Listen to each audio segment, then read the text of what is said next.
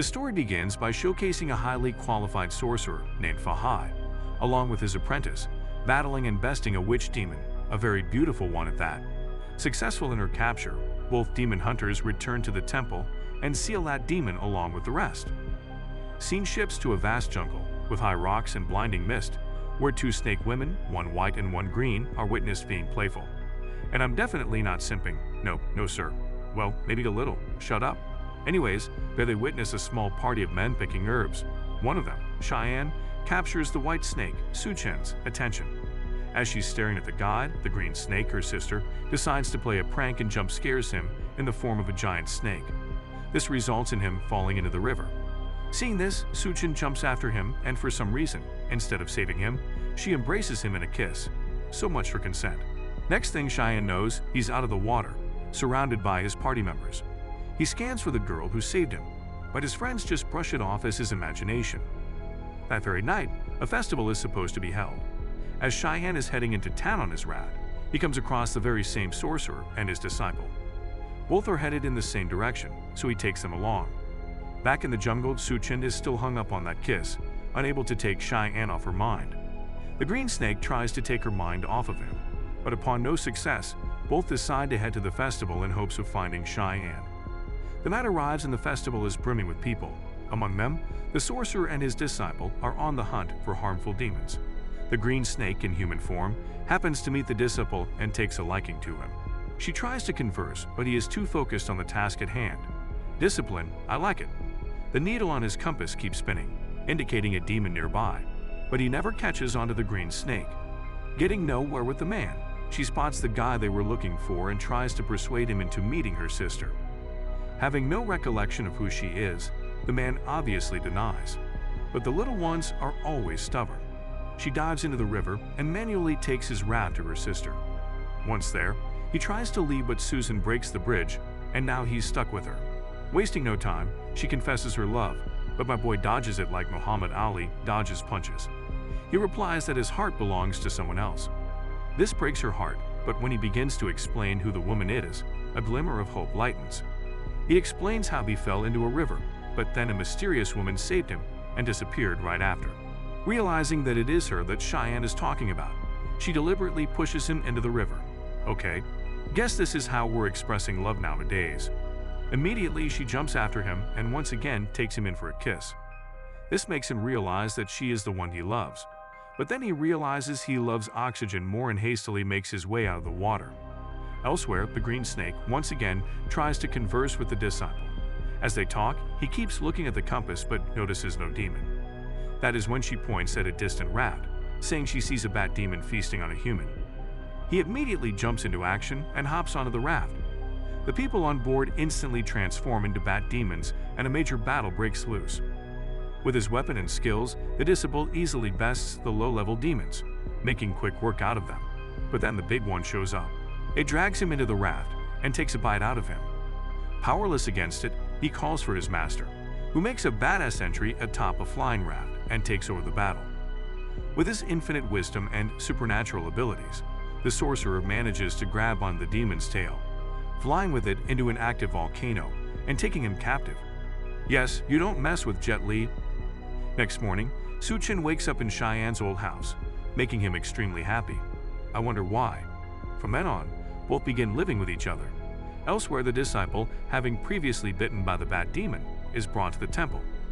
His treatment begins, but sometime later, he starts to turn into a bat demon himself. Disappointed, he tries to hang him in an old shed, but then the green snake appears, again in human form. He expresses to her his disgust at turning into a demon, so to help him, she reveals her true identity. A most shocked man first finds it hard to comprehend, but eventually accepts his fate. Back with the lovebirds, Suchen takes him to her parents' house, where the other jungle animals are present in human form. After a series of almost revealing incidents, and with her parents' blessing, both enter into a marriage. But then Fahai and his disciples arrive, having sensed all that demonic energy. In a moment of heat, the green snake knocks Cheyenne unconscious, telling Suchen to leave while she takes care of the monks. A battle of magical capabilities take place between Fahai and the green snake, which he eventually gets the lead in. His overpowered moves are too much for her to handle, and just when all seems lost, the former disciple flies in and takes her with him. On the other hand, Cheyenne wakes up in his house, not sure what happened. His now wife explains to him a made-up situation which he easily believes, and thus a new and beautiful relationship blossoms. Elsewhere, the sorcerer and his other disciples arrive at a desolated town, reduced to chaos by the uncontrolled demon killings. Also present there is Cheyenne, trying his utmost to help the villagers against the demon's infections. For this, he tries everything in his knowledge to concoct a potion against this disease, but hope seems flickering. But feeling bad for the villager, his now wife, while he's not looking, blows her life essence into the pot, providing it the strength to counter demon infection.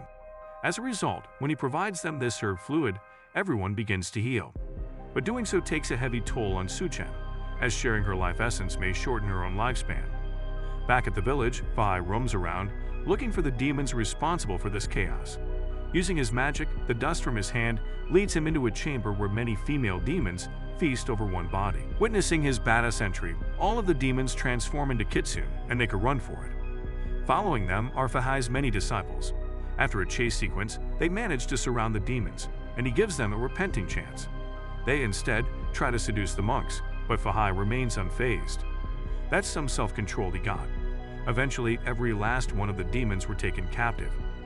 Following this heated battle, a most perplexed sorcerer tries to figure out the reason behind everyone's cure, as preparing such a potion is impossible by a mortal.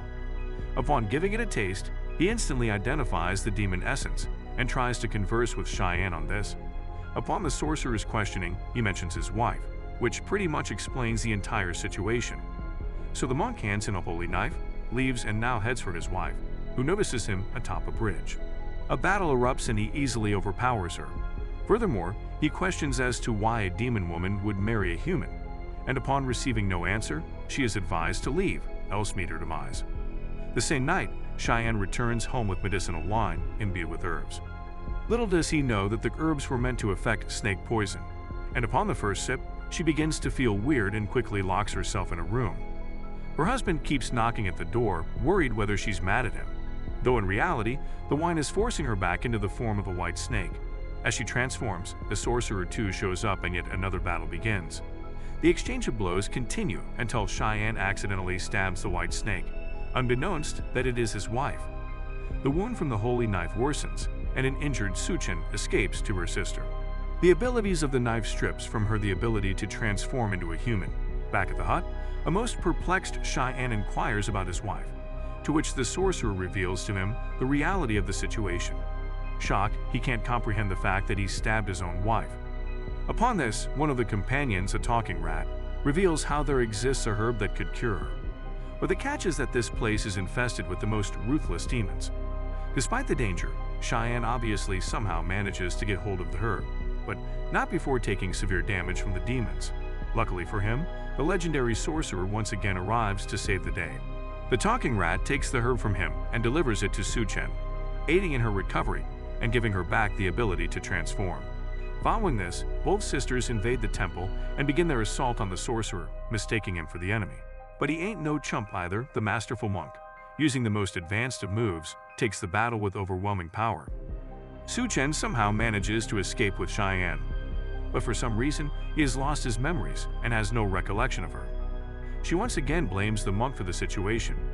However, his memories return pretty damn quickly, and he returns to his senses.